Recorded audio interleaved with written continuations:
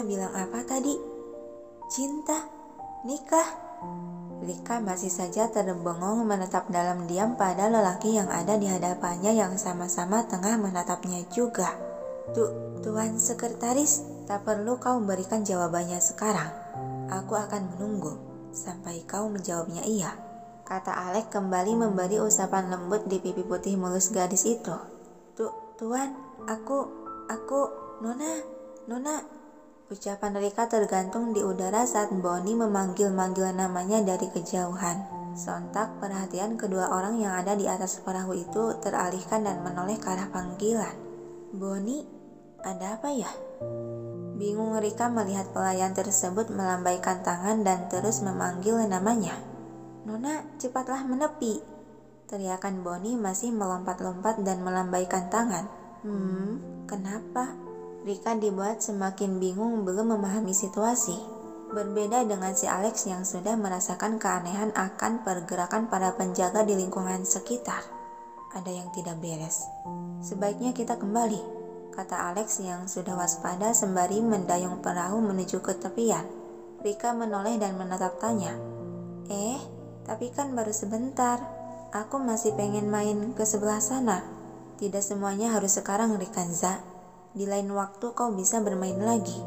Alex tetap fokus menggerakkan tongkat dayung sehingga perahu itu meluncur mulus mulai mendekat ke tepian.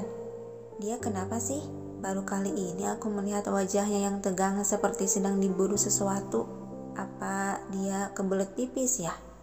Batin Rika menatap wajah tampan Alex yang biasa memancarkan kenyamanan dan ketenangan. Kini terlihat segurat kegelisahan serta kewaspadaan. Akhirnya perahu yang ditumpangi telah sampai di tepian. Alex segera bangkit berdiri dan mengulurkan tangan. Ayo, ajaknya. Tanpa ragu Rika meletakkan tangannya ke telapak tangan besar itu yang langsung digenggam erat oleh si Alex. Lalu keduanya pun naik ke jembatan kayu. Dengan segera Bonnie si pelayan yang sedari tadi menunggu di sana langsung menghampiri mereka berdua. Syukurlah, Nona tidak apa-apa. Yah, ini juga berkat Tuan Alex yang lihai mendayungnya jadi aku menepi dengan aman. Jawab Rika tersenyum. Setelah ini, kau mau kemana lagi?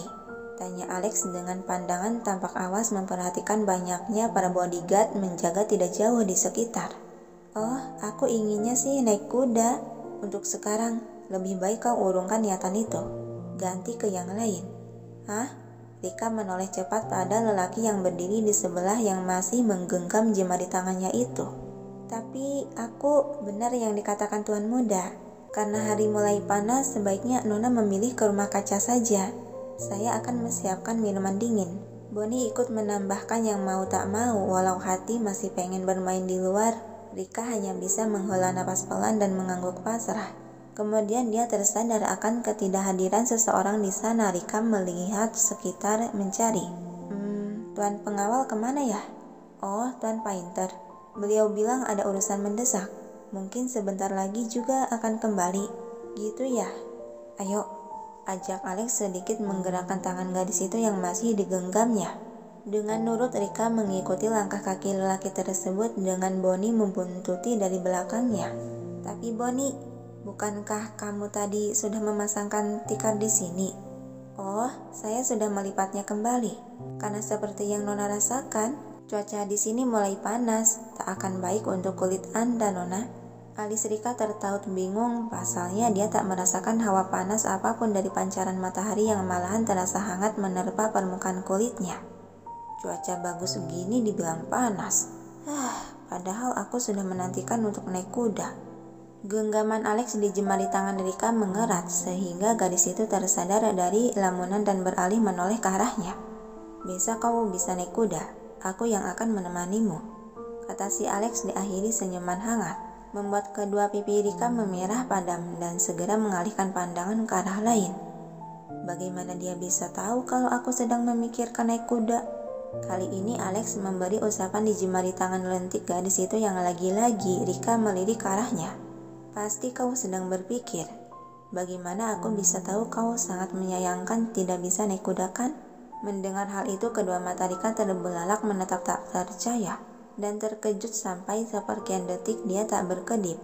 membuat si Alex yang ditatap terkekeh geli lalu mengusap rambut gadis tersebut dengan gemas. Wajahmu itulah yang memberitahuku. Dia sangat tampan. Terpesona Rika melihat wajah si Alex yang terhiasi tawa sehingga menambah pesona ketampanannya.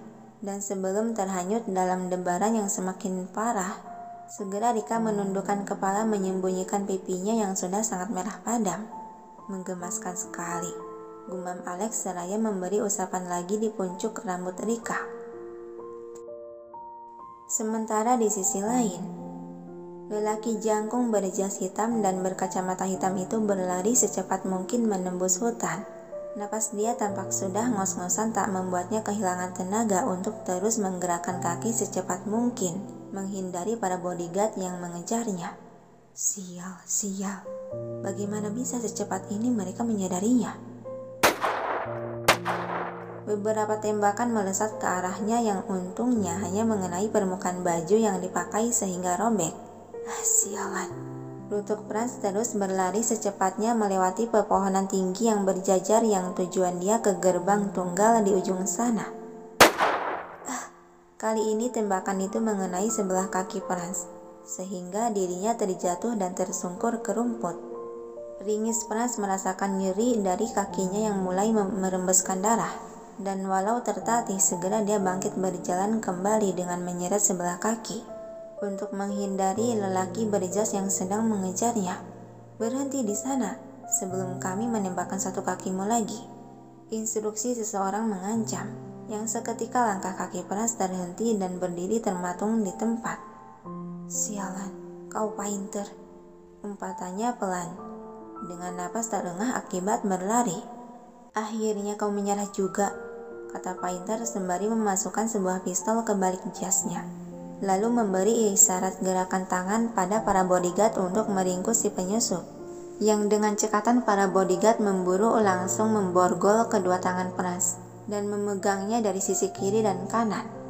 Ada seringaian tipis di sudut bibir Painter melihat tatapan tajam penuh permusuhan dari lelaki yang diringkus itu.